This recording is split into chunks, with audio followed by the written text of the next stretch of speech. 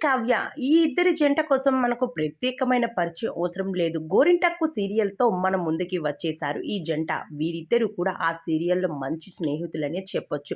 అయితే ఆ స్నేహం కల ప్రేమగా మారింది. అయితే వీరిద్దరి మధ్య మంచి బంధుత్వమే ఏర్పడిందని చెప్పాలి. అయితే చాలా ఏళ్ళు వీరి బంధుత్వం ఇలానే కొనసాగింది. అయితే చాలా రోజుల తర్వాత వీరిద్దరి మధ్య అనుకోని కారణాల వల్ల, మనస్పర్ధల వల్ల ఇద్దరు కూడా చాలా వేరుగా ఉన్నారు.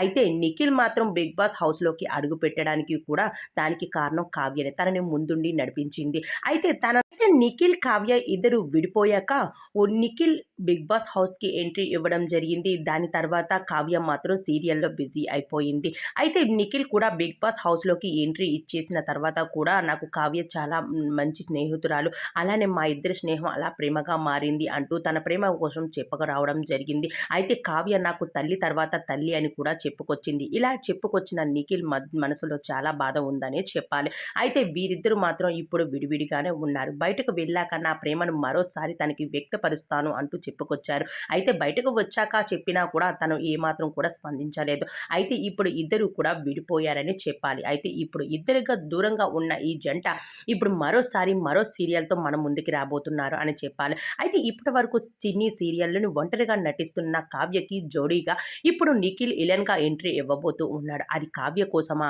లేకపోతే మరి దేనికోసమా? లేకపోతే కావ్య మనసును మార్చేద్దాం అనుకుంటున్నారా? అంటూ ఏమాత్రం కూడా తెలియకుండా అభిమానులు మాత్రం కన్‌ఫ్యూషన్‌లో ఉండిపోయారు.